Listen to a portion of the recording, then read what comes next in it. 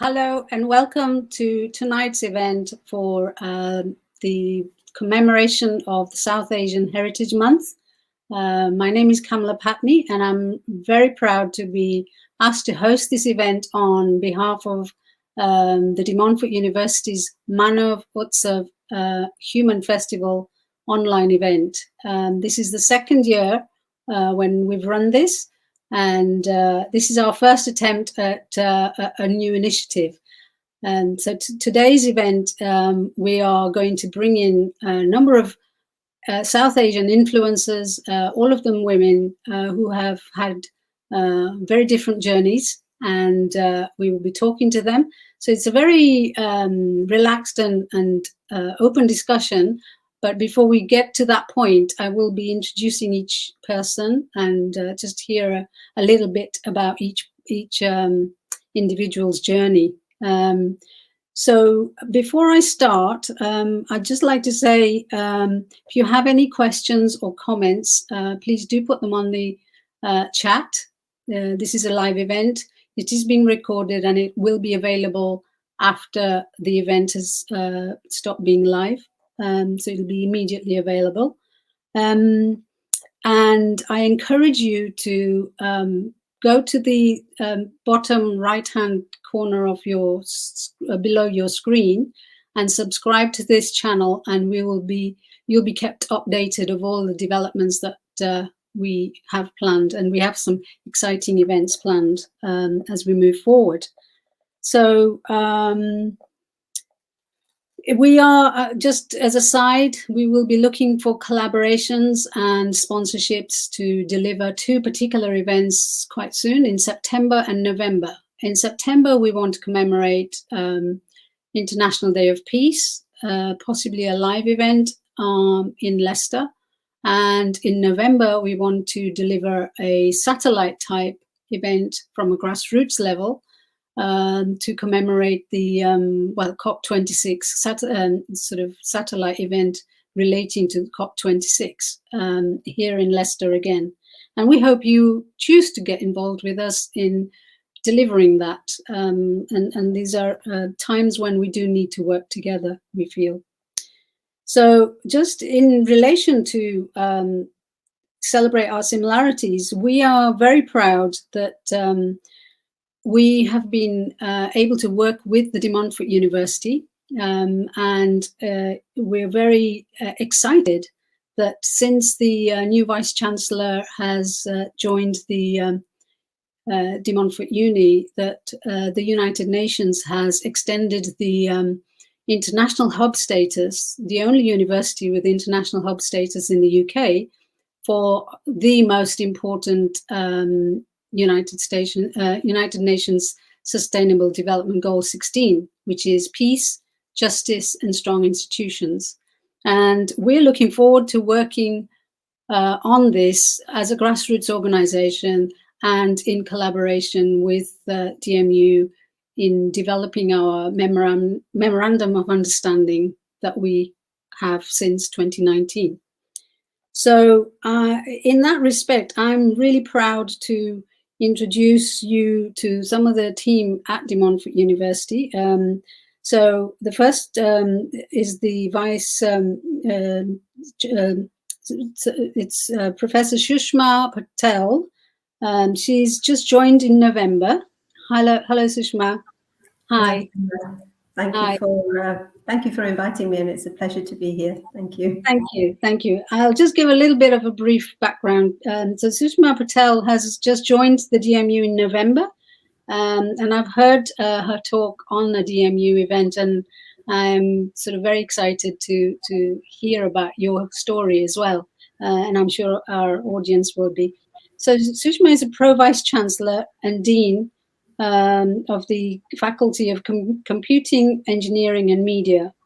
And she has had various roles in London South Bank University, including the Director of Research and Enterprise, Director of Education and Student Experience. She has BSc Honours Degree in Life Sciences, PhD from Faculty of Medicine, Institute of Dermatology, I could go on. This it's an amazing, background that I certainly feel very proud to have. You on board today. Thank you very much. Okay. And she's an active researcher and also collaborates with international partners on funded research projects and knowledge. So just if I can just go into some sort of background, if you can add to what I've just read, and give us your passion and what you see as a way forward in the DMU and making change happen. Thank you. Thank you very much, Kamran. Well, first of all, I'm passionate about education. I think it's powerful. It provides opportunities, and I think that my role is, if I can make a difference to one person, one student, one member of staff, one member of the community, it will have a positive viral effect. And I know that viral effect in this particular current time isn't probably the right analogy, but I think it's important to say that, the impact that education has for those who want to engage in it and who can engage in it is really, really important. So for me, that making a difference is really important. And so in terms of my background, my parents migrated from East Africa here when I was very young. And I've been brought up in London. So London was home to me, and I'm very proud to be associated with Leicester right now. It's been a journey not engineered or not. It was a journey by accident, really, that brought me here. As you know, Asian parents will always want their children to be medics, doctors, dentists, accountants, all the professions. I was fortunate. My parents wanted us just to have an education and to do what we were interested in doing and excel in that. And I think that's really been the foundations for me. And it's not been a straight journey, but that resilience building has been important. And I always encourage people that if you don't succeed the first time, try again. It could be for any number of reasons that you didn't get what you were looking for, but not to give up. And for students, I think it's important, because I always used to say to students, they come and say to me, I'm giving up on this course because I've got, everyone these days, and especially the younger generation, have got a lot of responsibilities. And I used to say to them, fine, just get through this year and don't leave halfway through. Get something in the bag and then get through the next year and go out. But whatever you do, try your hardest and do your best to achieve the best you possibly can. And that means that, at least you've succeeded. And I think that's an important philosophy to have, certainly for me personally, is to make sure, and something that I've tried to instill in my own children. Of course, your own children probably don't want to listen to you anyway. Totally agree with that. Kids never do listen, but they do learn afterwards, don't they? So, yes. Thank you for that. So it is about building some kind of resilience, isn't it? That in one sense you need to expect challenges in life, but how you deal with them is essential, and building that. So, absolutely, yeah, and learn from it. It's really important to learn from it, to reflect back and learn from every experience you have, positive and negative. So it's important. Yes, resilience is really important. So, I mean, if I was to ask you in terms of the pandemic, what have been your main challenges, and how have you managed to stay positive and productive? Yeah, I think it's not just my challenge. I think everyone's faced very similar challenges, some that may resonate with what I've experienced or with others as well. I was fortunate before the pandemic, was able to say to my children, come home. We don't know what's going to happen. It would be nice if we're together rather than separate. So we were together as a family. And I think, and especially for the South Asian community, family is so important. And that either that kind of, the small nucleus or the extended family is really, really important. So that's helped me a lot. Plus work, believe it or not. The time has been challenging because I haven't been able to see people face to face, meet them. but technology has been fantastic. So in order to even join DMU, I've met more people online than I would have met had I been on campus. And it's nice to be on campus as well. So that's been useful. And of course, time out. Time out to sit, reflect. Anything that you enjoy is really important. And whether it's knitting, so I took up knitting, and my daughter took up knitting, which is really good. So I was able to do that.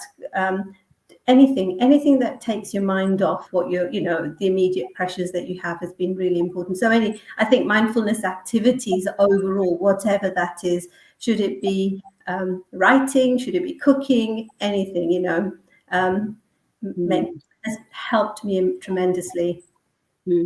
And I think there's been a lot of that going on where it's possible on Zoom. I've noticed that there's just so much going on, and we will hear from some other people that are coming on this event. So hopefully you may be able to hear some new areas that you can maybe get involved in. So here's a big one. How do you see social change happening in the new normal? And what would your priorities be as a university, would be in that respect? I think as a university, the priority is to have as much of a community feel as we possibly can. If you look at our current students missing 2 academic years, so the COVID has impacted 2 academic years, and so that's been challenging for our students. Some have benefited from being away from campus because they can study remotely, others haven't. We've got lots of students, international students, who've had to cope with time difference, who've had to cope, and even home students, all our students, access to resources, etc. So I think that I'm hoping that has given them resilience, and actually the kind of unexpected advantage, I could say, of the pandemic has been that people have been able to develop new digital skills, and that's been really important. So for me, bringing people back onto campus as staff and students where possible, having that sense of community again is really important, and giving them the skills that they may not have been able to utilize, the facilities, the resources that we have. We've tried very hard to replicate them, but of course it's never going to be the same as being on campus. And the friendships, I mean, you make friends when you're at university, and I know certainly that I have lifelong friends as a result of studying. So all of that is going to be really important for us. That's it. I mean, the students of today, even though they may have missed out and had a really difficult time, we'll be talking about 2020, particularly, to their grandchildren as well, and hopefully, we'll learn a lot from this about social change, because if anything, I've noticed that there is a general sort of feeling of kindness and understanding and empathy. And these are the kinds of things that actually last year when we did the Manavutsa, we were talking about the South Asian heritage, bringing forward its ancient ways of things, which are about kindness and empathy.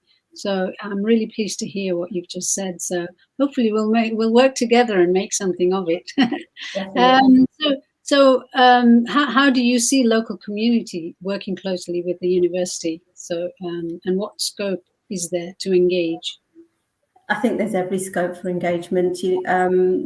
I'll give you one example. When I was in my previous institution, and I didn't realize at that time, but I was approached by Age UK, and they said, do you realize that we've got a really high population of Chinese families living in the area? And I hadn't realized.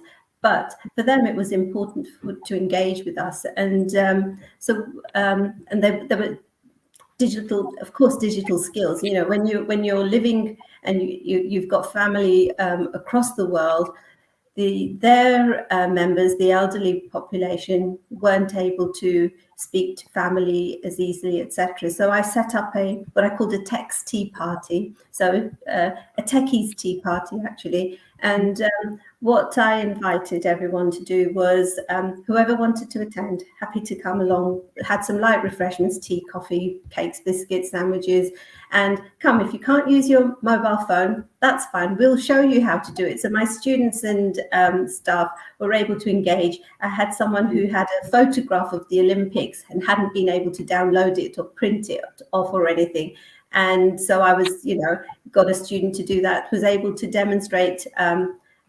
I've got family in America, was able to show how easy it was to take a device and then just, Skype someone in America or anywhere in the world. And they loved it because they were able to contact and meet family. And I think that's what that's the role of that's the role of a university within a community, is to enable things as much as we possibly can and to work in partnership. And I think that's really important because, we are part of that community and we need to be involved a bit more. So anything and everything that's possible, would love to have engagement, and I think it's really important.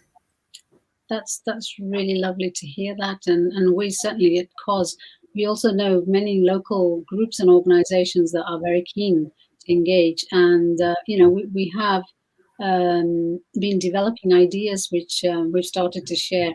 And at that point, I'd love to bring in Dr. Indrani Lahiri, who has been instrumental in developing COS. Actually, she's kindly agreed to be an academic consultant for us as well. So she's a director now as well. And we're looking forward to developing ideas because, as you mentioned, in the other area, there were a high level of Chinese population. Here, of course, in Leicester, I believe that in the census 2021, the results are likely to show that there's over 50% BME population, of which a vast majority, and we're talking over 35 to 40%, is South Asian. So there's a lot of scope for development here. So thank you ever so much for your time. Thank you. I really appreciate it. My pleasure. Thank you. Thanks.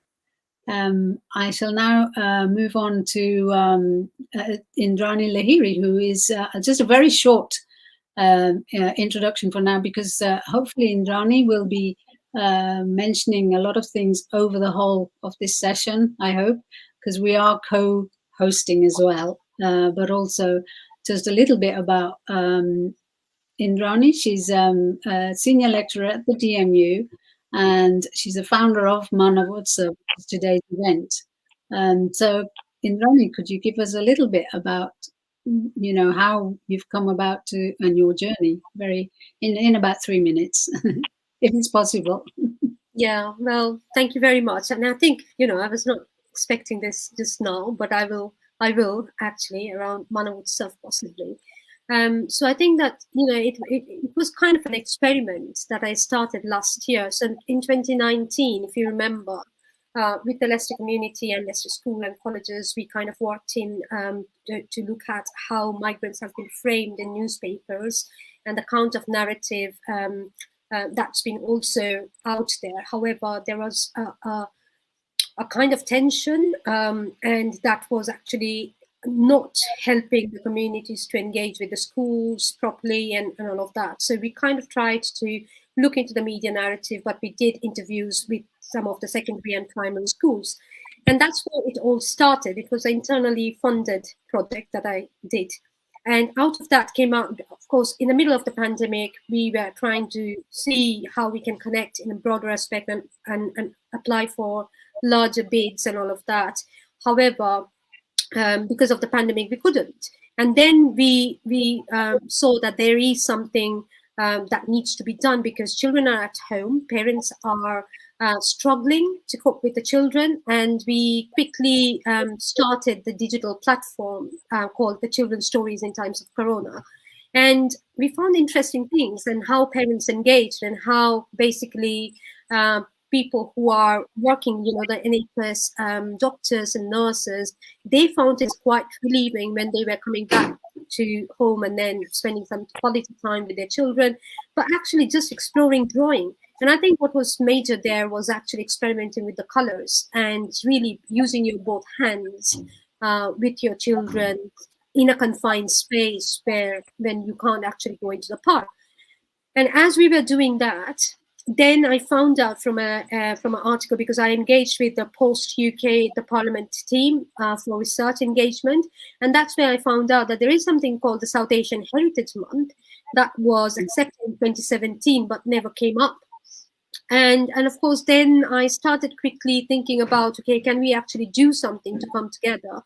And it was very much around the creative creative practices that we wanted to look at last year. So we said that it's more about community resilience, how we can use our creative arts and practices to build the community resilience through digital platforms, because my research background is in digital media and society. So I partly work in the social psychology part of it, but at the same time, I am trying to bring in the social psychology with the digital anthropology, and that's the subject area.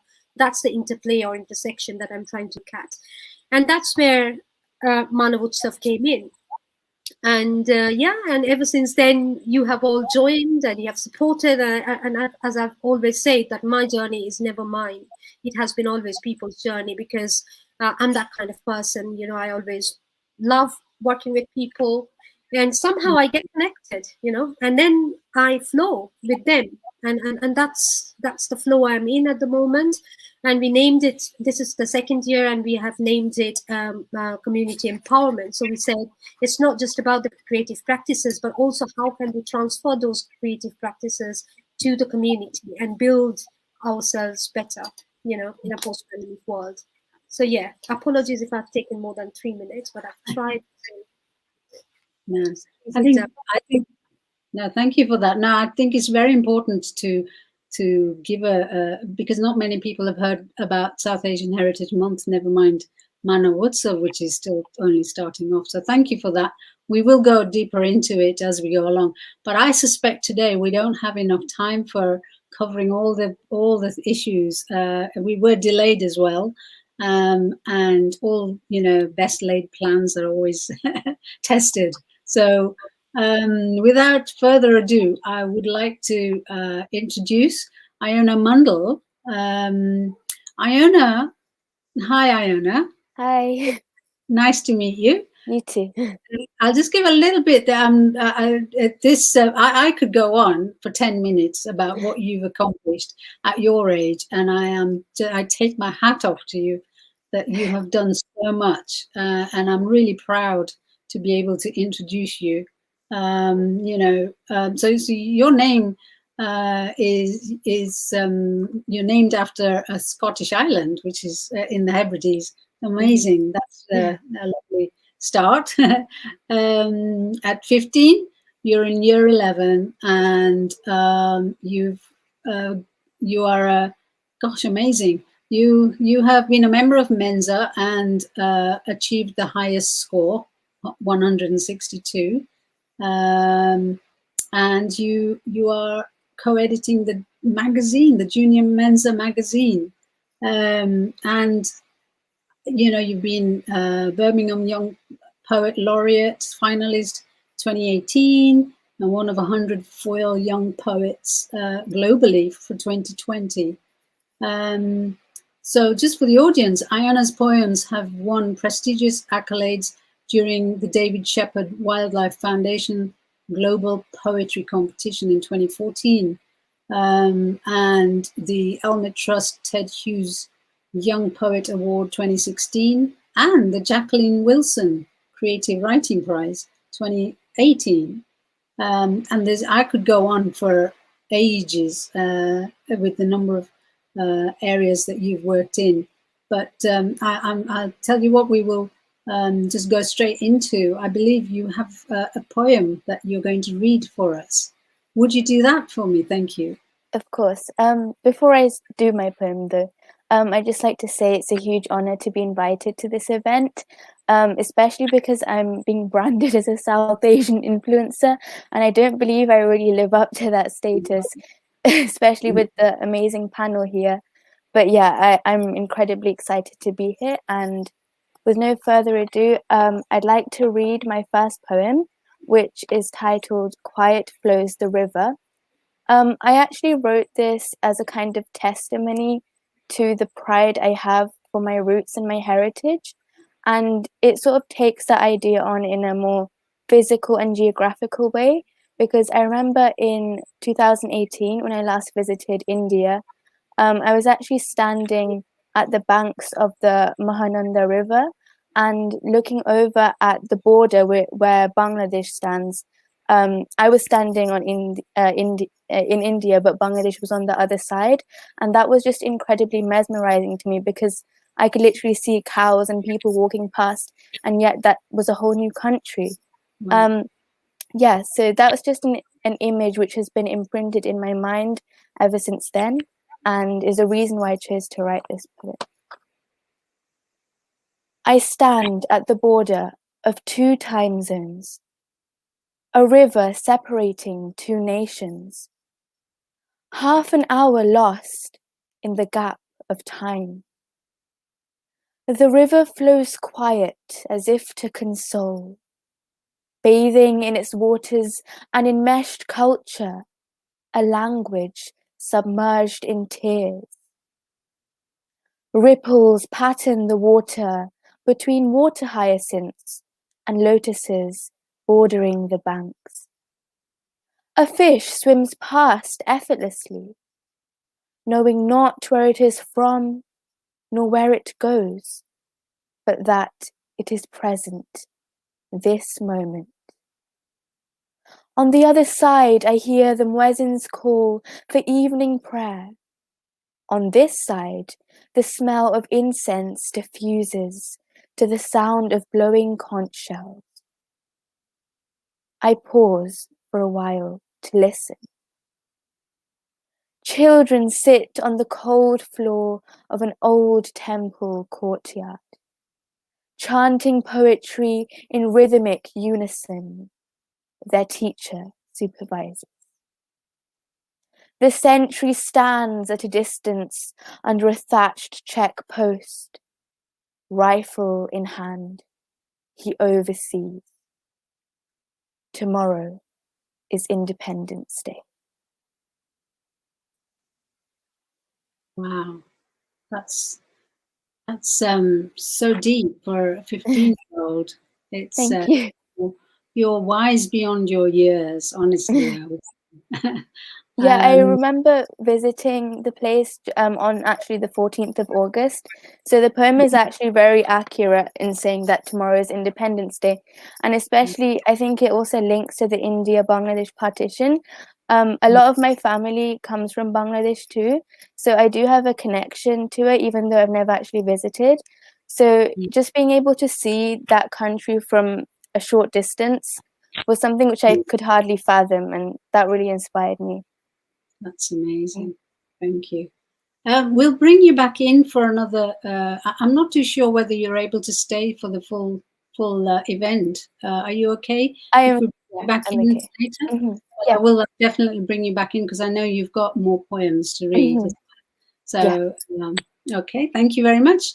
Now I'd just like to show you a video that a young lady called Inam has sent for us. Unfortunately, she couldn't join us today.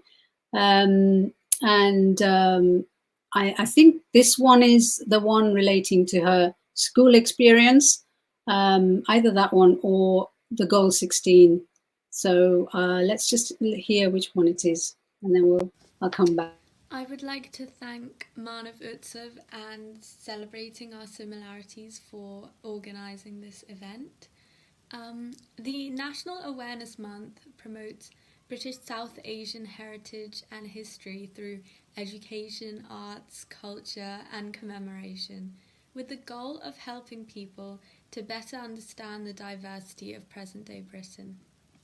This has become more important than ever, and this commemoratory month creates a massive stepping stone for our journey to eliminate the stigma and shame that surrounds the embracing of one's own South Asian heritage when in a foreign environment, especially among the Asian British youth. In my lifetime, I've gone from school to school, therefore changing friends every couple of years. However, one thing I notice that doesn't seem to change is the confusion among my young brown friends regarding who they are. We've all seemed to have gotten lost in the illusion of who we think society wants us to be and who we actually are. Day after day, I have witnessed my friends shy away and hide who they are. May that be being too embarrassed to bring that gulab jamun or jalebi or whatever food it is from their culture to school, to avoid being the odd one out, or feeling too self-conscious to publicly speak their language of their country of origin in fear someone will know they're Indian. And it truly does break my heart. I had a friend in school who would mispronounce Hindi words purposefully when in public, despite her fluency in the language, to fit in with the rest of the English kids. Even though she spoke the best Hindi you'd ever hear with the rest of us Asian kids, it was self-suppression. This causes a chain reaction of shame, as in an environment where everybody is shying away from who they really are, nobody will be able to discover themselves and embrace themselves. From a young age, we've been taught to blend into the crowd, otherwise the consequence will be judgment and disapproval. This way of thinking among young people limits self-expression and self-acceptance. However, this celebratory month helps to change that, therefore proving its importance to not only the South Asian community, but all people in general, and contributes to our goal of creating a less judgmental world for ourselves and others. This presents us with a great opportunity to be more representative of our diverse communities and to help people understand partition and embrace the beauty of the culture and history by improving the social cohesion across the country. Thank you. What an amazing insight. To be honest, I was shocked to hear that and see that video, because I thought that was during my time, and I won't tell you how long ago that was, but that time of feeling like you're the other had gone. But this is a young teenager who's expressing that. So, you know, these are the kinds of issues that we do need to address, but also acknowledge that they do exist. So moving on, I'd like to introduce Professor Nandini Chakraborty. Hello there. Hi. Good evening. Good evening. Pleasure Nice to be with you, Kamlaji. Absolutely. I could read again a really long list of your biography, but I'm going to let you do the talking before I pass it on to you. Just to say, Professor Nandini Chakraborty is an NHS consultant and a psychiatrist. She has an honorary professor at the University of Leicester. She's an associate dean for Equivalence, the Royal College of Psychiatrists, secretary on the International SCAN panel. She's worked in various locations, which I'm sure you'll talk about in the next few minutes. She's amazing training that she's given. I've certainly been privileged to attend World Health Organization mental health gap training, which I can highly recommend anybody who gets the opportunity. You know, I don't know if Nandini can cover everyone, but you know, it was very, very beneficial, and I think it's going to be needed. But without going into all of that, I can suggest to people you look up Nandini's profile, as with Iona as well. They're amazing people, and I feel very proud to introduce you as well. So over to you. Give me a little bit about your journey in the next 4 minutes, say. Thank you, Kamlaji. Thank you for those very kind words. So when I came to the UK from India in 2003, my goals were to pass my psychiatry exams, become a consultant psychiatrist, see my daughter grow up, save money, travel, buy a house, the standard dreams. But I don't think I dreamt further. life has taken me on a very different journey, and I have ended up in a place I would have never imagined when I started out. Today, in addition to being a consultant psychiatrist, I hold important responsibilities with the Royal College of Psychiatrists, GMC, Health Education England, and I have teaching and training roles nationally and internationally. I am passionate about solo female travel on the side. I have traveled outside the beaten track. But what I want to bring to this session today is not just about my journey, but some of my reflections. After I passed my Royal College exams, I settled down comfortably for a bit in a staff grade job, 9 to 5, permanent contract, no on calls. But 6 months in, I found myself desperately unhappy and feeling stuck, no career progression. And I got a higher training job. And I remember the shock in my parents' voice when I broke the news. Why would you leave a permanent job with no on calls? This is the perfect job for a woman. And it suddenly sank in. Even as a doctor, there are jobs which are good for women because women are expected to balance roles inside the house and outside. Whatever you do, your core responsibility sits at home and hearth. A couple of years ago, a high profile rape case rocked India. There were videos circulating on WhatsApp. One of them had a script which said, respect women because they are somebody's daughter, mother, sister, wife, girlfriend.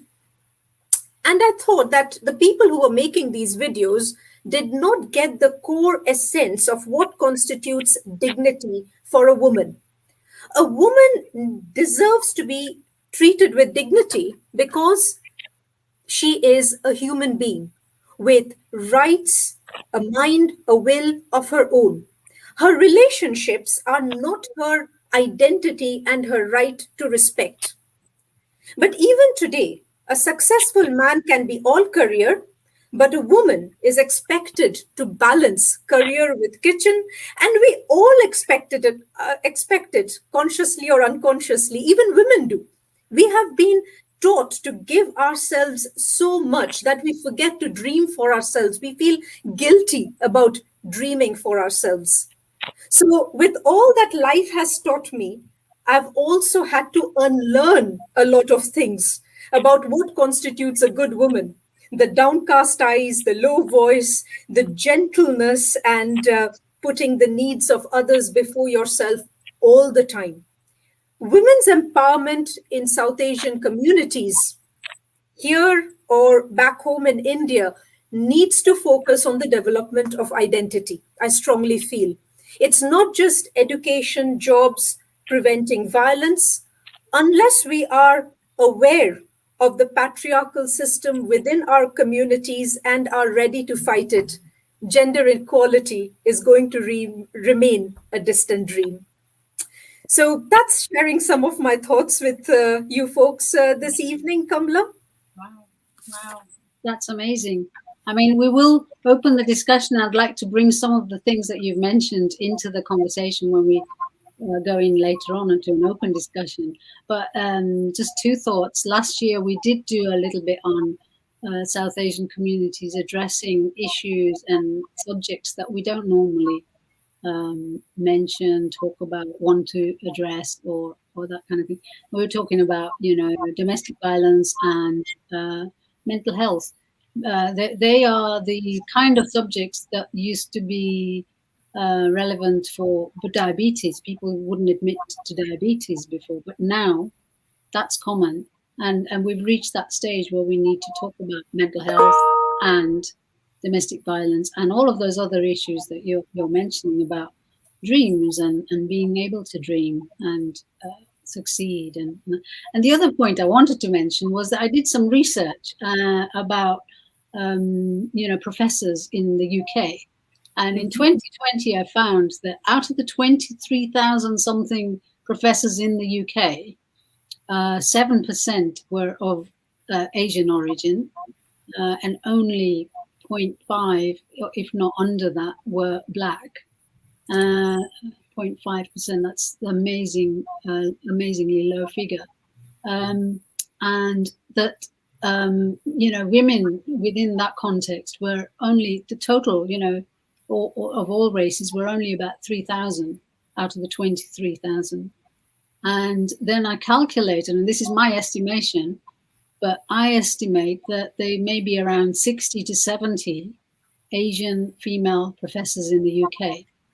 And today we have had engagement from 3 of them, and that constitutes 5% of the UK's professors. And I feel proud that we've managed to get you 3 on, Professor Shushma Patel, yourself, amazing figures. Professor Monica Lakhanpaul from UCL, who hasn't been able to attend today, unfortunately, but she has sent a video which is very relevant for our community as well. So, but thank you very much, and I'll move on for now, but I'll bring you back. Thank shortly. you, Kamalaji. Thank you. Now I'd like to introduce Shilpa Arya. Hi, Shilpa. Hi. How are you? I'm very well. How are you? Great. Thank you. I'm fine. Shilpa is an HR consultant. Recently, she has now become an activist and a campaigner for unheard voices. And actually relating to some of the things which I just mentioned with Nandini was around, mental health and domestic violence. And perhaps, Shilpa, if you could give me your journey of what you're doing now and your passion. Sure. So, as I say, I suppose if I start with my passion, which is being a voice for unheard voices and a campaigner for unheard voices. I'm not from an academic background at all, so I'm very humbled to be in the presence of all the academics, but I hope I can add something different to the mix in terms of, the importance of actually listening to communities and listening to those that perhaps don't get heard because they don't come from an academic or professional background from our communities. In terms of my background, I've had over 30 years in local government and worked in HR, as you say, and spent a lot of time working around equality, diversity, and inclusion as kind of being my key areas of interest, I guess, in some respects. I've also worked within the voluntary sector, so worked with the Royal Voluntary Service and also Oxfam, 2 large charities over the last few years. And more recently, I worked at Nottingham Trent University.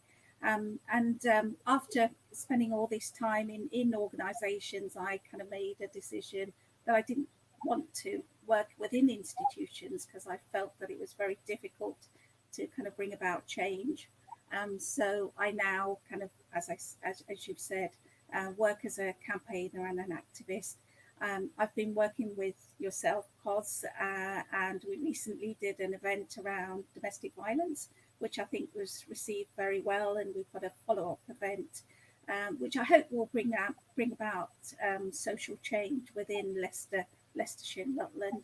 I'm also working on another grassroots project in Nottingham, which is around vaccine hesitancy. And as you'll be aware, the COVID-19 has had a disproportionate impact on BAME communities in terms of hospitalizations, but also in terms of deaths as well, and including within the health profession. So I feel that that vaccine hesitancy project is important because there is this issue of mistrust around vaccines, and it's important, I think, to try and listen to people and understand why there is that hesitancy, and to try and work with public sector organisations and academic institutions to kind of, I suppose, bridge that gap so that we can encourage more people to take up vaccines, and to address that historical systemic issue of inequality and disparity that we have in all areas. So that whether that's in education, whether that's in health, whether that's in terms of receiving services or even funding. So those are the areas that are kind of, I guess, important for me. I think over the last year, during the pandemic, what I found is that I've experienced personal loss. So I lost my cousin to COVID-19. He was younger than me, and I felt very impacted by that because I had not had the opportunity to meet him yet. So it was one of my things that I wanted to do, but sadly we lost him last year.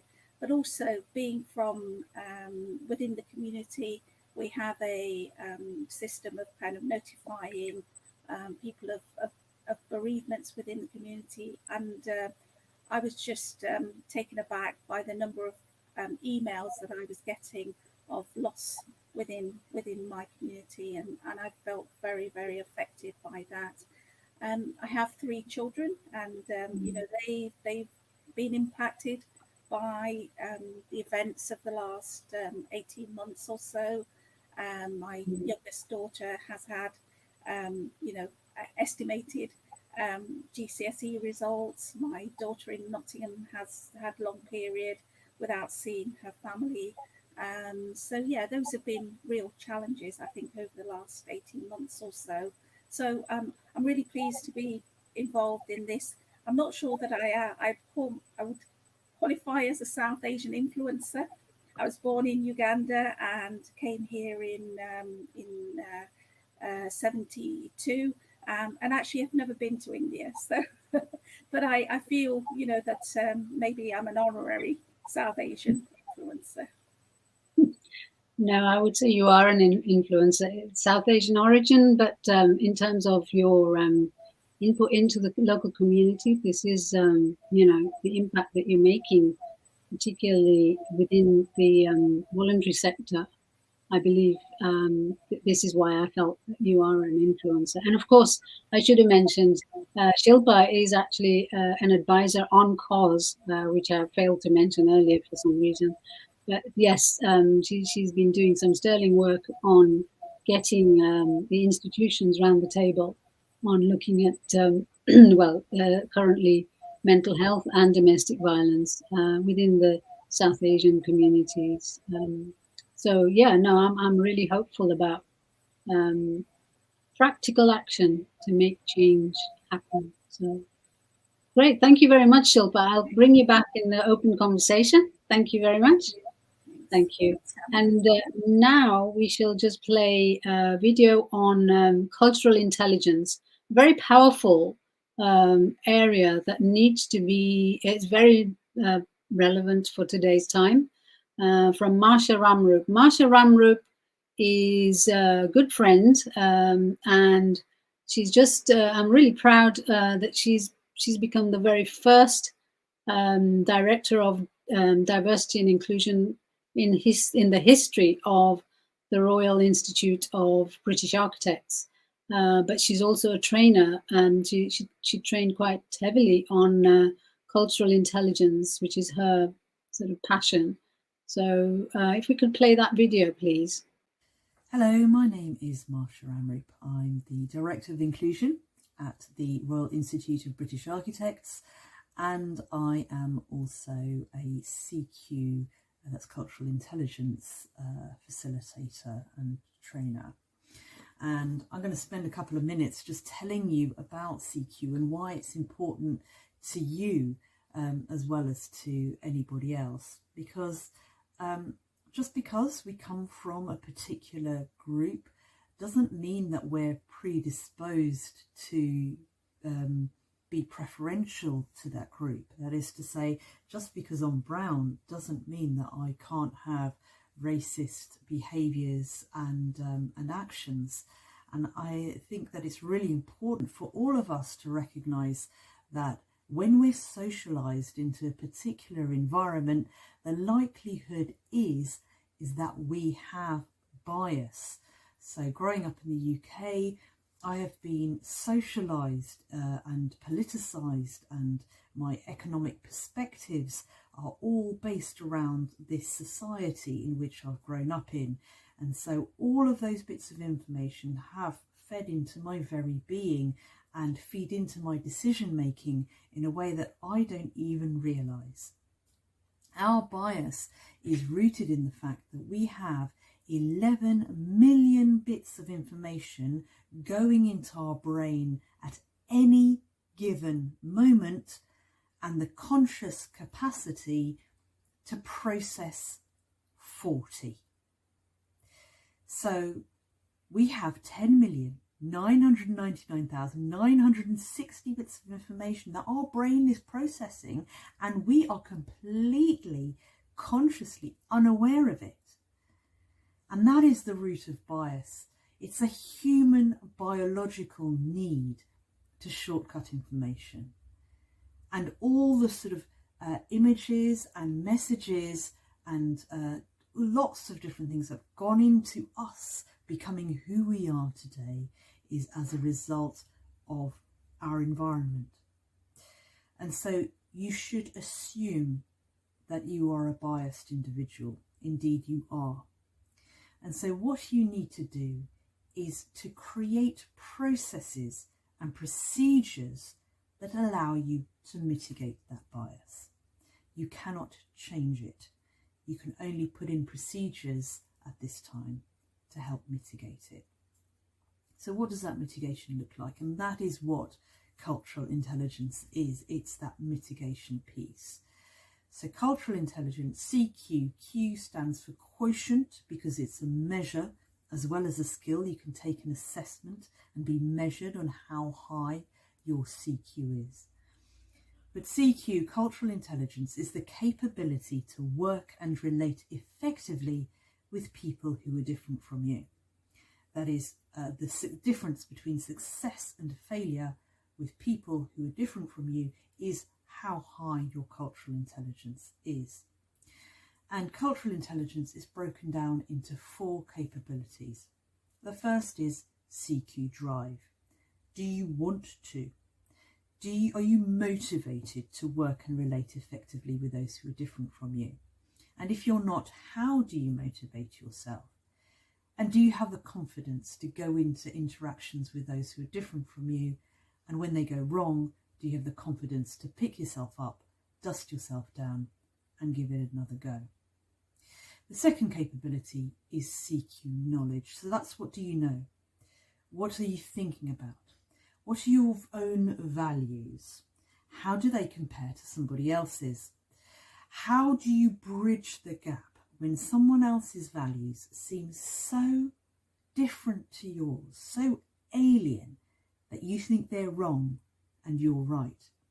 But it isn't that you're wrong and they're right, or vice versa. It's just a different perspective. What's acceptable and familiar to me may not be acceptable and familiar to you. That doesn't mean that either of you are necessarily right or wrong. It can just be a different perspective. The third, and that's the reason why CQ knowledge piece is so huge, because you can never know everything about everyone, and so that's why it's so important to surround yourself with a diversity of lived experience, as much other input into your own life as possible. The third piece of the puzzle is CQ strategy, and this is thinking about what you're thinking about. It's a unique human ability to do that metacognition piece. So if you're motivated and you have some knowledge and you go straight into action without CQ strategy, you're likely to act in a stereotypical and tokenistic way. So you need CQ strategy, which is about planning, which is about being hugely self-aware, which is about checking your assumptions. Because if you go straight into it, like I say, without doing that piece of work, what I consider one of the most important pieces of work, you're likely to be stereotypical. And then finally, the fourth piece, the fourth capability, CQ action. Ultimately, people judge us on our behaviours, and those who are high in CQ action have a broad repertoire of behaviours on which to call upon to adapt in an authentic way in order to be effective at working and relating with those who are different from you. Now, these four capabilities, it's an ongoing journey to improve oneself and ask the question, what is it about me? Which means that I find it difficult to work with you. So it doesn't matter whether we're looking at race, age, sexuality, gender, disability, whatever the situation is, you then have a framework of behaviours in which to build upon and mitigate your bias by listening, learning, reflecting and acting in a way that means you'll be more effective at working and relating with those who are different from you. And that is cultural intelligence.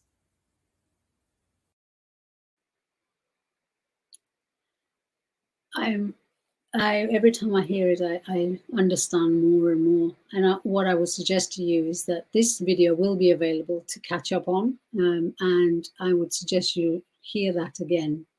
And it does tell you a lot about, us as individuals and what we can do to make change happen.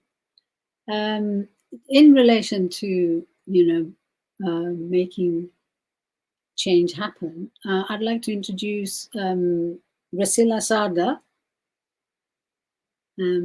Hi, Rasila, you're muted at the moment. Hi, Rasila. Hi. Hi. Right.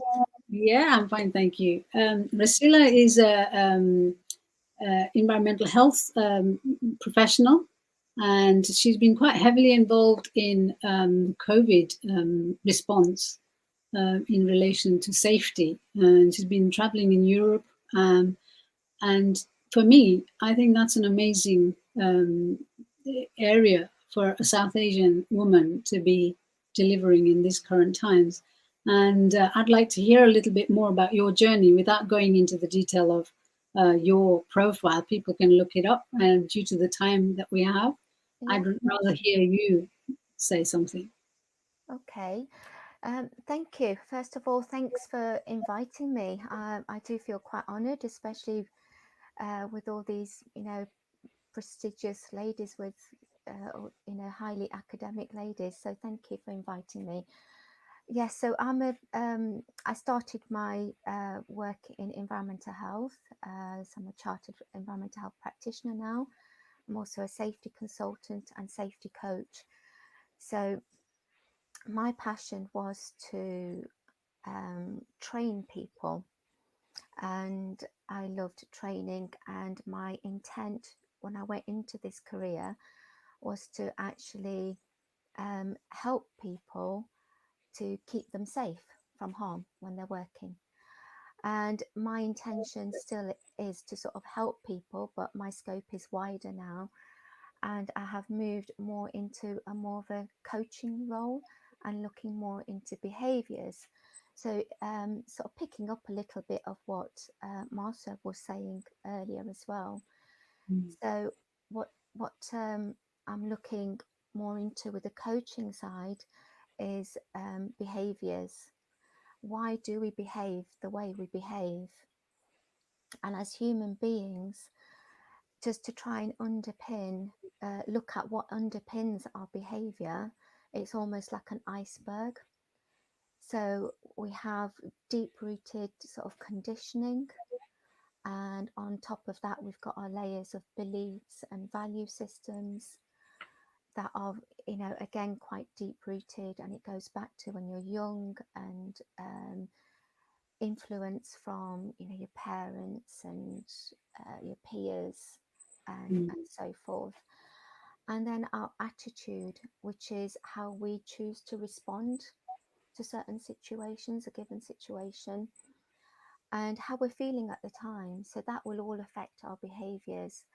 And I was very fortunate with the pandemic, and it was a very difficult time, but I've had this opportunity to go to Belgium to work on a construction site where, as you may be aware, construction is a very high risk industry and there can be a number of fatalities.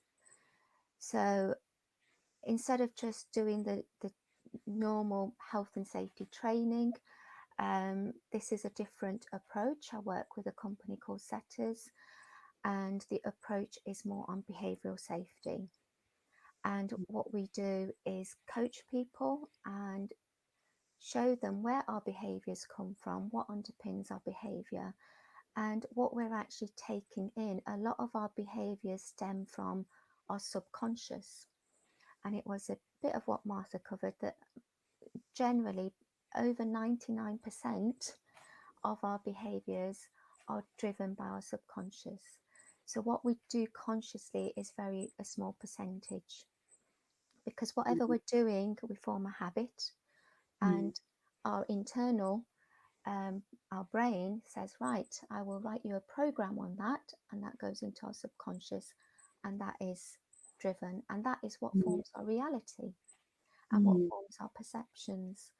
And this is very wide ranging, so it can be in a work environment. So when I was out in Belgium, it was a very different environment, and I can actually say that there was only 2 people from the BME group. So that was me and another lady, a black lady, but she was more on the project team. So from a safety side, I think it's not really an industry or a career that many of especially Asian and women that go into. There are more women going into it now, but especially when I sort of started off.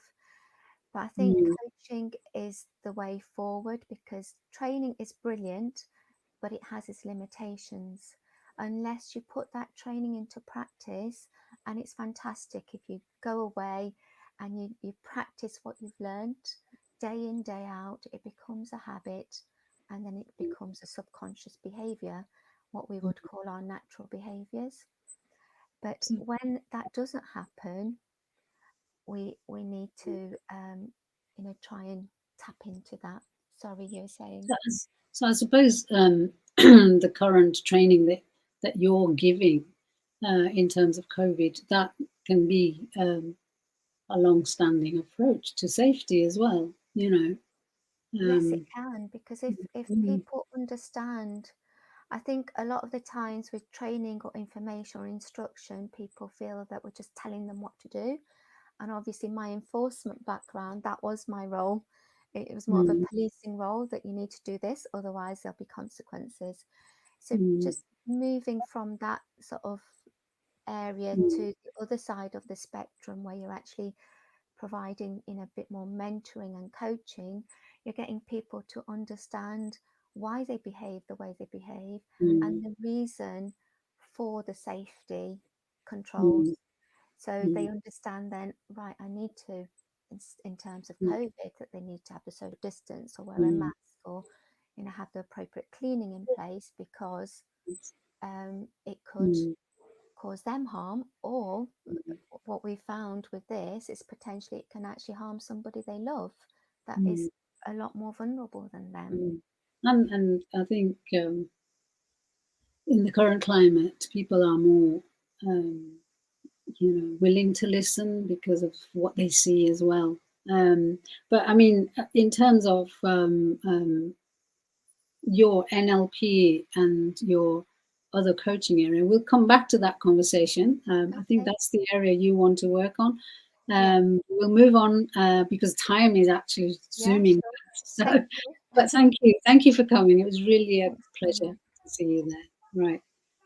Now I think we have a really creative person that I've worked with in last year during the Manavotsav event. I'd like to introduce you all to Ramanjit Kaur from the Creative Arts Academy from Kolkata. Thank you, Ramanjit, for joining us. Thank you so much, Kamla, for inviting. It's lovely to see you. It's I think nearly a year since I last saw you. Yes, that's How good. are you, and how has your journey been? And give us a little bit about how you. I know you work in the UK as well, so give us a little bit of your story. Well, UK has been a second home, but coming back to the story of what the webinar or your conference is all about, quiet flows the river. And it's kind of and it is about women empowerment that you want to talk about, and it really I love the title because it resonates that how quietly and patiently women folk all over the world we just taken so much onto ourselves, whether it's physically, mentally, emotionally, and that's where the whole journey starts. I, as a performer or a director, my journey has always been concerned about, uh, you know, what is this conflict that we feel within ourselves, the journey within, what is the conflict that we feel vis-a-vis relationships, where does it come from, how can it be resolved? So taking my work as a performer, where we've done many classics from all over the world with the woman as the protagonist, and delving deep into the relationships, because whether it's a professional relationship or a personal relationship or social relationship, that's where you kind of measure where we are, what is our status, what is my position in this relationship. So I think years of work as a performer also got me into working with women's troupe since 2011 as part of the creative arts journey. The creative arts was founded in 2002. So when 2011 we started this, Kamla, and to all our panelists here, I would like to share. I'm living in Kolkata, and this is 21st century Kolkata, and we're talking about educated women. And when I saw the scenario in so-called privileged homes, I realized that the educated class or so-called privileged class was actually very not underprivileged but unprivileged class, because they actually didn't have any voices.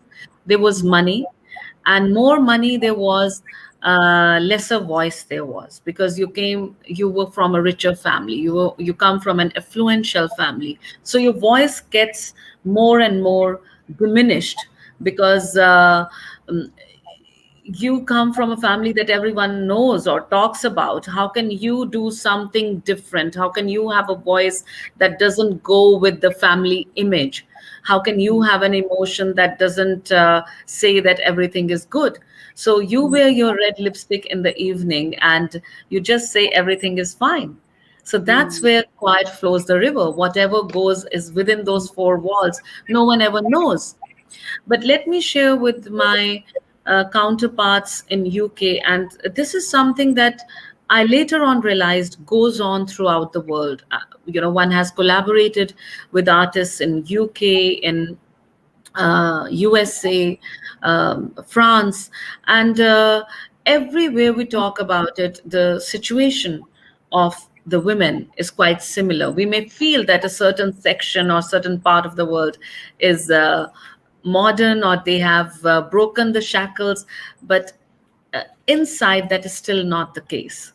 So what happens to these voices, or what are the shackles that they are tied in? The issues that they are dealing with is uh,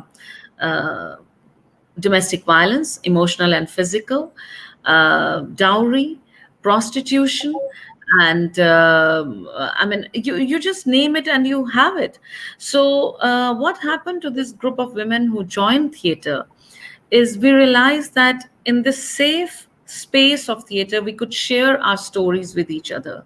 We could really bring out what concerned us, or what were these deep down issues that we had, or we had suppressed within us, and that's what was bothering us, or sometimes even not allowing us to come out as a person. We were behaving as someone else who we were not. But over these years of 9 long years of work and delving deep and doing so many productions, it has really done metamorphosis change in this community of women in Kolkata. But how does it affect others? How will it affect someone sitting in UK? I feel that everything is a ripple effect because they themselves have found this change and they become a ripple effect for the community that they are touching. So it's that kind of ripple effect that we look at. Recently, we've collaborated with Paula McFetrich from Northern Ireland in UK, just like we collaborated with Manav Utsav. This is just a little bit longer and deeper project, British Council commissioned, where both the groups in two different countries are looking at borders. What are these borders of nation, caste, color, gender, mind, and body? And what is this gender violence? What are the conflicts that we face? So basically, I think that's what my work involves. One is delving deep into it, helping people reach a cathartic moment through theater exercises and even films where we share what concerns us, just like you saw in that 1 week of workshop that all of us did, that we just shared what was there in our mind and it ended up in a production.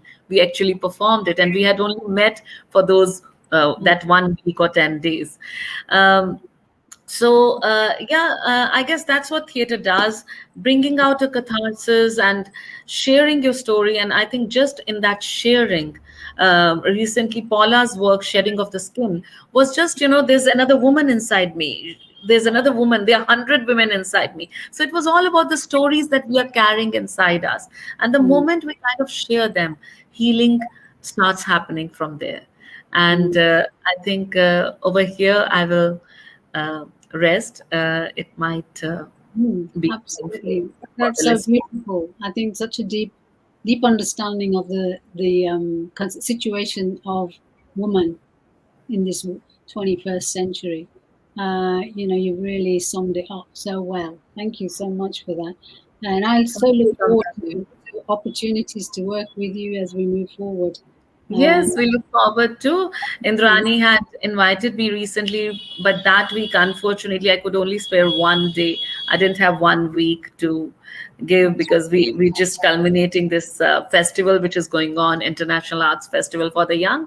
And in fact, all of you here, if you know youngsters, young people, children who would like to attend, parents, educators, the festival is on, you must attend. And that was the reason I couldn't be with Indrani and De Montfort University for a workshop. But thank you, Kamladi, for organizing this. All the very best for your endeavors. Really, thank you so much. Thank you for coming. Commendable. Thank you. Yeah, hopefully we'll have some time for discussion. I think we will have to go over our time. So those that can stay on. I'm going to drop out so that Indrani can come in and we will continue our discussions in the coming times. Okay, thank you very much. Thank you. Okay, I'm now going to try and because of the timing, I'm going to see if we are able to go for an extra half an hour for those that are able to stay with us for that discussion. But we've got Zinthia Ganesh Panchan and Taranjit Kaur, who are both very similar activists within two different continents, I think, but they have links with the UK and India respectively. So I feel, I hope you don't mind me bringing you both on at the same time. Taranjit, you're muted, by the way, so I'll introduce Zinthia. Hi, Zinthia. Hello. Hi. Zinthia is a very well-known local CEO of a charity organization, and I hear about her work in so many different platforms. So I'm really proud to have her on board. I'm sure she'll tell us all about what she does. And I've got Taranjit Kaur now. I've not met Taranjit Kaur before, but I have heard her. Hi. And I believe that you are both very heavily involved in the current issue around period poverty and how sanitation issues affect women And if I start off with Cynthia, then maybe Taranjit, you could then see what you're doing in India and how you can perhaps maybe even collaborate. Yes, absolutely. Yeah. Sure. Yeah. So if we say we give this 5 minutes in total, and then we can take the conversation further later. Yeah. Sure. So thank you, Kamala, for inviting me. The Cynthia Trust is set up to support women and girls to be free from poverty and abuse, and we work in Leicester and Leicestershire at the moment because increasingly, it's pre-pandemic and post-pandemic, we have seen the status of women and girls, especially South Asian backgrounds or other Asian backgrounds. I mean, they've been suffering through various forms of abuse, poverty, and other forms of disadvantages, including period poverty that I work on here in the UK, in Leicester. But equally, I also work on issues such as period poverty and domestic violence in Nepal and Sri Lanka, where I am originally from Sri Lanka. So that's what I do in a nutshell here. And trying to, and actually, Taranjit, I'm interested in listening about this, building those relationships, partnerships will enable us to support the communities that we work, and especially the women and girls that we care so much about better and more effectively. And that is my vision and passion, I would say. Thank you. Taranjit? Sure. Hi, good evening, everybody. It's been wonderful listening to everyone. And so I'll just, in one line, summarize what I do. I am from theatre background. I work in films as an actor, and I am an activist by passion. I write and perform poetry for women empowerment. So most of my work in the last few years has been to bring change, positive change in the condition of women of my country and around the world. So this is around the beginning of the lockdown when a couple of us from the film industry and other artists got together to help people who had lost their jobs, and we were helping them, giving them groceries or any other kind of help they needed. And that's when we discovered that when people, they lost their livelihood and had no money to survive, how would the women buy sanitary napkins?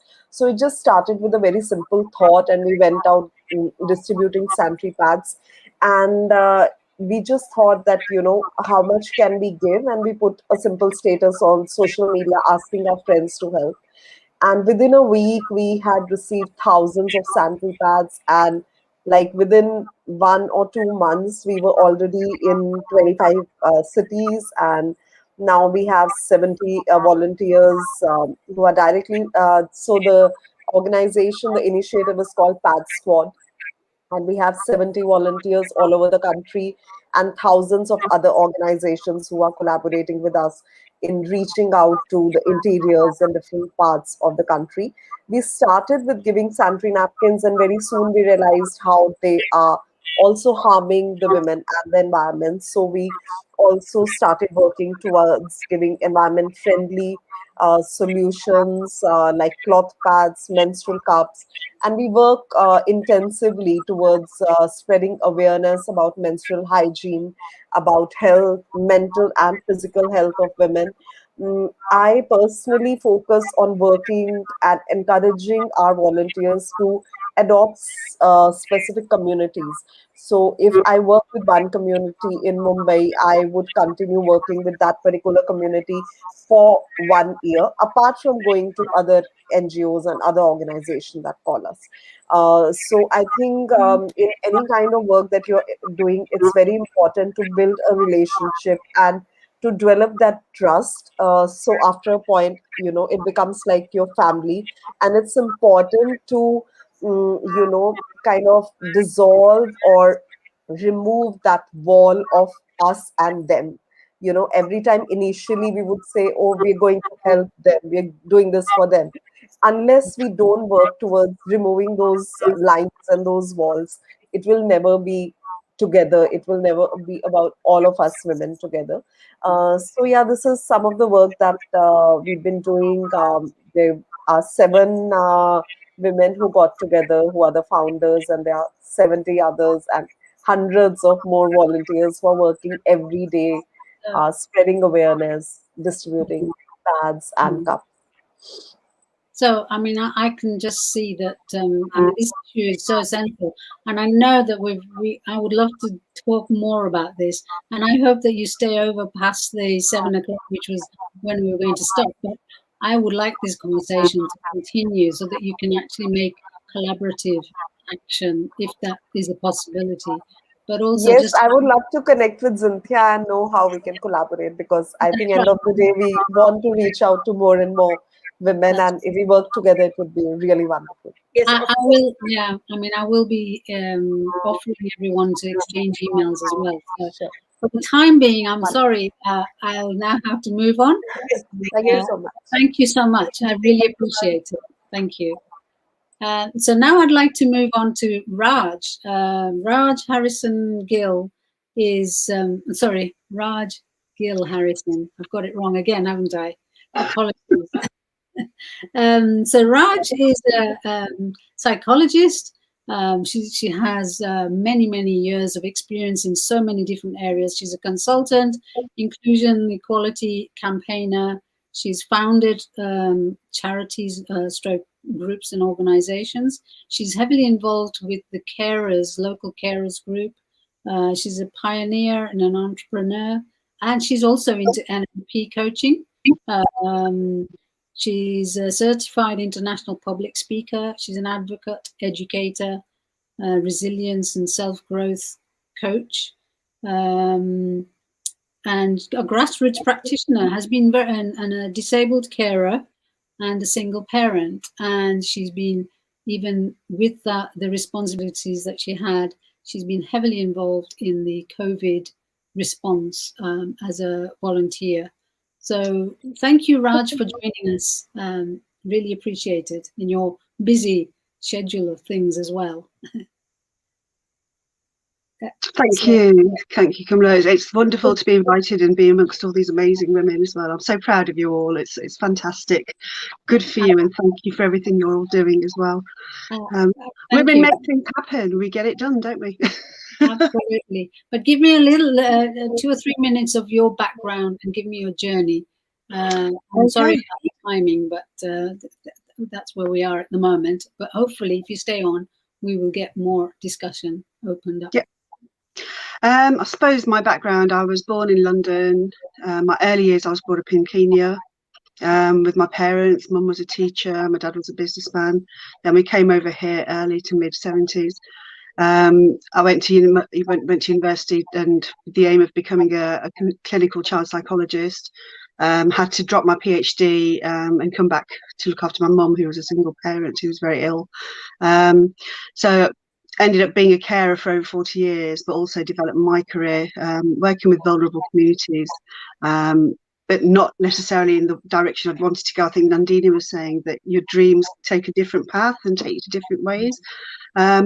But still managed to do my passion, which is about well-being and resilience and working with people, helping people help themselves, and doing community cohesion and all sorts of community and collaborative work, which is how I think the world should work. And working together is what helps us look after each other, spreading that kindness and strength.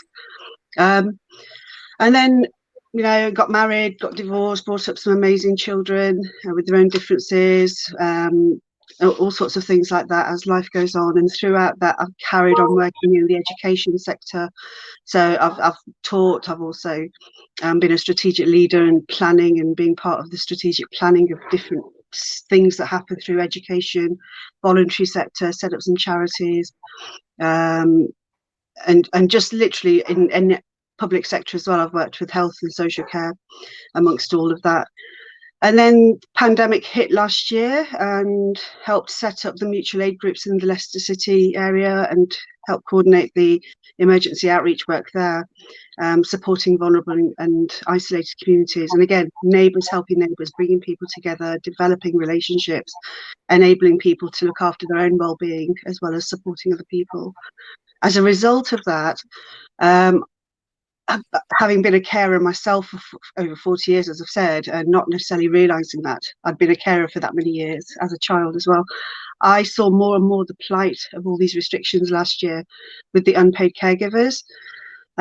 Obviously, majority of caregivers are women, so this is quite pertinent in terms of the work that we all here do, particularly focusing on women, and it includes all the different issues. You know, there's that violence, which can be through dementia, it can be through mental health, all sorts of different types of the definitions of abuse and violence that any of us know. You know, it's not just physical. So that's something that is very key. So I've sort of, my passion has become about working specifically with people who are coming through very events of adversity and unexpected life changes and trauma, and particularly caregivers from right at the beginning of their journey right through to the end, but also beyond, whether it's grief, living grief, bereavement, loss of identity, loss of relationship, loss of anything you can care, and just how people deal with their own self-care, because women particularly, and on top of that, with that intersectionality, you've got other things that come into it, like being a caregiver. You don't have that self-care. You know, we have very incredible resilience, and through my coaching and consulting, I'm trying to when I'm working with families, I'm working with carers, I'm working with professionals, and I'm also campaigning really to just bring about equality and inclusion, because caregivers get forgotten. We want employment rights. I would love to see us as a protected characteristic, because there's so much discrimination, and health and social care and employment. Nobody really supports, there's no strategic network of supporting carers. So I'm trying to sort of do the grassroots work on one-to-one and groups, but also working with professionals to ensure that they're able to support the caregiver network as well better, because eventually it's going to affect every single one of us. We're either going to be cared for or we're going to be carers, regardless. You know, all across the world, this isn't exclusive to Leicester. And a lot of my members, I set up a carers health and wellbeing forum and a group on Facebook, which is actually going to turn 1 this Sunday. So 25th of July. 25th of July, I set it up last year. Hoped I could help 1 or 2 people. It's gone from strength to strength, and you know, I'm working with different organisations. I'm working with. I've worked internationally, but I'm helping people internationally, working on their, you know, collaborating with how they can develop support with different organisations. You know, employers. I'm working with. Just lots of global influencing panels now in terms of how we can support that and build collections and reduce isolation and reduce loneliness, and also tackle well-being and empower women and other carers, because I'm working on with male carers, and male mental health is another sort of passion of mine I'm trying to support. So keeping busy by just supporting the world out there, and campaigning, changing legislation, making changes at a little level, but also going into education and catering for carers in the education system, as well as training professionals who are coming out as professionals working with carers. I'm doing a lot of training of those to make sure that they treat the caregiver and take on their rights. I'm at the moment, currently, particularly this week, I've been on roundtable discussions in how to shape mental health services, particularly for caregivers as well, because I think that's an area that is not inclusive, that's not really considered, and also seeing the caregiver as an expert around the table when shaping health services and social care services. So there's a combination of that advocacy, that campaigning, shaping things through consultancy, and supporting individuals at crisis point as well, and also prevention of burnout is a big thing which I've been doing. So that's it in summary. I know as I said, your list is already so long, and I know that your list is going to get much longer because of COVID, actually. You know, there's so many issues that are going to come out that we all together need to address. And as we know, the BME communities have been, you know, impacted more in some ways than others. So I look forward to working with you at some point. Thank you for that, Raj. We were going to have various other people, but I mean, not that we would have ever managed all of them, but there was supposed to be the co-founders of We Grow Forest, and Aminaka from the Transformational Lab. We were going to have Banu Jadeja Mahal, the first police officer in Europe, actually, in 1970, around 1970. And literally, this is actually, this was our experiment, if you want to call it that, in delivering this event to see what, if any, response we get. And within days, we've had this much response. Imagine what impact South Asian women are making. This is not the end. Tomorrow we have another event where we, looking at including men and women within the NHS, consultants and engineers and economists and those kind of individuals. And some of the individuals on this session may be joining us then. Before we finish then, we do have some videos to show, but as I promised before, I would like first Iona to read another poem, if she would be, grace us with another one of her lovely poems. That would be gorgeous. Thank you. That's very flattering. I'd like to read my second poem, which is titled Kintsugi. And kintsugi is actually an ancient Japanese art form which involves repairing broken objects with a kind of gold paint in between the cracks. And the real philosophy behind that is that repairing a broken object can be just as beautiful as how it was before it broke. And it also talks about kind of embracing your imperfections. And I think with the overarching theme of mental health, this is something which I very strongly believe in and I think would be great to share too. So here's Kintsugi. No one heard a sound as mother's once in a blue moon swan-necked Grecian vase hit the ground. Its faint turquoise depth, uneven rose glow at the edge, lay on deathbed, shattered in fragments as I stood aghast, hands bruised from remnants.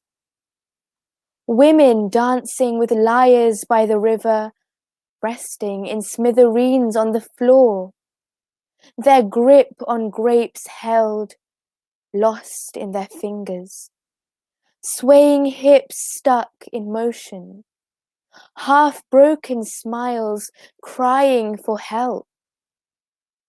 I had just killed a civilization, mocking it with my fingers. Once a city, hard to believe, now a mosaic in ruins, ravaged to the ground. Truly, emptiness had never felt so heavy before. Yet, feeding the scars with golden ambrosia, dripping from fingertips, gratefulness in fillings, crisscrossing in crooks and crannies, indulging to perfection each dent I made, each splinter rise, revive and enliven, in soft, hushed whispers as if not to frighten, arose unequal music from the lyres, lips smiled in gentleness. The river flowed again, through crazed, apparently irrevocable breaks, distilling the pain, droplet by droplet, in nuggets of gold, as if molded by the gods for civilization to cradle. Healed, the cracks glistened beautiful again. Life renewed, stronger and alive, its imperfections embraced, in treasuring the truth of asymmetry, in recognition of incompleteness, in brokenness. Wow. All I can say is I think we will need to view this video again to take what you just said in that poem, because it's so deep, so deep. I take my hat off to you. Do you know, whilst you were reading that, I just cannot remember the poet that did the inauguration of Biden. I can't remember her name, but anyway, I know you'll be collaborating with her at some point. And to the audience, I say, you saw her here first. That's what. So, what we'll do is, I don't think we really have time for a discussion, but it just goes to show we may have another event of all those people that were joining us today before the month is out to get that discussion going, hopefully. But what we'll do is the 2 videos that we were supposed to be playing, we'll play them, and then we'll bring back Iona for her 3rd poem, which is really powerful as well. So if we can play Pam Sidhu's video. Now, Pam is a well-known radio presenter in Leicester, and she's quite heavily involved within the communities. And I think I'll let her speak for herself in the video. Thank you. Hi, I'm Pam Sidhu. Delighted to be asked to make this video to share my journey with you today. So I have been really interested in the mind and how the mind works and how we can take charge of our thoughts, because we can't control what's happening out there, but we can control what's happening in there. So I've been on numerous different courses over the years. I now, I teach NLP, I teach mindfulness, I help people relax, because especially through the pandemic, no matter what has been going on, it's still happening. Whatever's happening is happening, it's going to happen, but we can choose how we react through that. So if we stay relaxed, it just makes it that little bit easier. As they say, there's a very famous mindfulness saying, you can't stop the waves, but you can learn how to surf. So when we stay relaxed, we can just learn how to surf that little bit easier when those big waves come, such as what's been happening in the last year with the pandemic. And it's really good for, relaxing the body, helping the body heal as well, and moving forward as well, out of trauma. So for those of us who have suffered loss, whether it's finance, whether it's a family member or a friend, it's a really good way of just helping ourselves through that. So as I said, I'm fascinated on the mind. I'm fascinated on bringing happiness to people, bringing peace to people, through all these different things. And it's like I've got a little toolbox, so it's like, okay, what tool can I pull out now? And so another tool that I have is I'm also a radio presenter. I do the Drive Time show on Subbrush Radio. I've been doing radio now for about 4 years. I've always had the gift of the gab, always been told I talk too much. Now I've been let loose on the airwaves, so I actually get to do it on air and play some great music. And again, it's all about, I think to myself, if I can make one person smile, then a job done. That's a good thing that I'm doing there, in terms of just, playing some happy music, having some happy talk, regardless of what might be happening in our lives personally or societally, globally. So you can catch me on Drive Time 3 till 6, Monday to Friday on Subbrush Radio.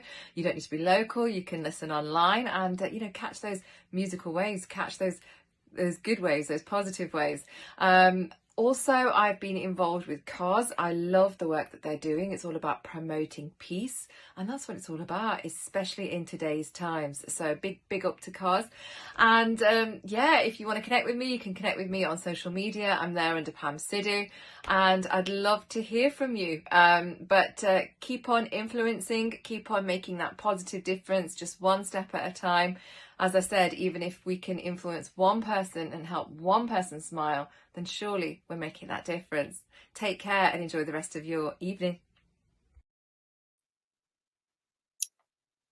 And the video that's coming up next is from Professor Monica Lakhanpaul. She couldn't attend today, but she's got some important information about research. So if we can play that, and then we'll round it off with Iona's last poem. And it just leaves me to say thank you for joining us. Please join us tomorrow, same time, 5:30.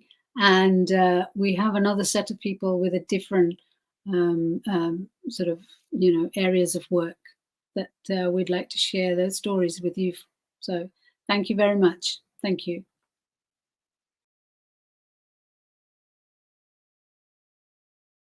My name is Professor Monica Lakhanpaul at University College London.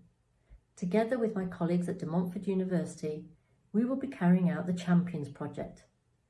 In this project, we'll be working with families of children under 5 years who've experienced homelessness or have been living in temporary accommodation for all of the COVID pandemic or even part of the COVID pandemic. In this project, we want to hear the voices of families, the problems they have gone through during the pandemic, and some of the ways they've found solutions to the problems that they've gone through. We want to share these experiences, share these stories with service providers and with policymakers in England. And through these experiences and stories, we hope to co-create solutions to give our children a better future. We need your help to do this. We're looking for families who will be happy to take part in an interview and or take part in a survey as well. And we know how precious family time is, and therefore we will provide a voucher to thank you all for the time you give to us. We also know that some of the information may be confidential, so before we use it, we'll ask all of you if we can share that information in a confidential way. And if within a month you feel that you want to delete any of your information, you don't want us to use it, please just contact us and we will do that for you. In the meantime, if you have any questions, any thoughts, anything you want to ask us at all, you can contact us by phone or through our website or through our email, and we'll be happy to answer any questions you have. But in the meantime, please think of taking part in this important project that will improve the lives of our children together with you for their future. Thank you.